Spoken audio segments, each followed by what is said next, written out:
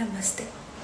ನಿಮಗೇನಾದರೂ ರಕ್ತ ಹೆಪ್ಪು ಕಟ್ಟೋದು ಪದೇ ಪದೇ ಇಲ್ಲಿ ಒಂಚೂರು ಬ್ರೌನ್ ಕಲರ್ ಇಲ್ಲ ಬ್ಲೂ ಕಲರ್ ಜಸ್ಟ್ ಟಚ್ ಆದರೆ ಆ ಥರ ಹೆಪ್ಪು ಕಟ್ಟೋದಿರ್ಬೋದು, ನಾವು ಅದನ್ನ ಬ್ರೂಸಿಂಗ್ ಅಂತೀವಿ. ಆ ಥರ ಏನಾದರೂ ಪದೇ ಪದೇ ಆಗ್ತಿದ್ರೆ ಮತ್ತು ಅದು ಆದರೆ ಒಂದು ವಾರ ಆದರೂ ಅದು ಹೋಗೋದೇ ಇಲ್ಲ ಮತ್ತು ನೀವು ಕಂಪ್ಲೀಟ್ಲಿ ಫಿಟ್ ಆಗಿರ್ತೀರ, ಬಟ್ ಅದೊಂದು ನಿಮಗೆ ವರಿ ಮಾಡ್ತಾ ಇರುತ್ತೆ. ಪ್ರತಿ ಸಲ ನಿಮ್ಗೆ ಏನಾದರೂ ಒಂದು ಗಾಯ ಆಗೋದು ಅದು ಹೋಗೋದೇ ಇಲ್ಲ. ಆ ಥರ ಏನಾದರೂ ಆದರೆ ನಿಮಗೆ ಬಹಳಷ್ಟು ಆಯಿಂಟ್ಮೆಂಟ್ ಜೆಲ್ ಸಿಗುತ್ತೆ, 2-3 ದಿನದಲ್ಲಿ ಹೋಗುತ್ತೆ.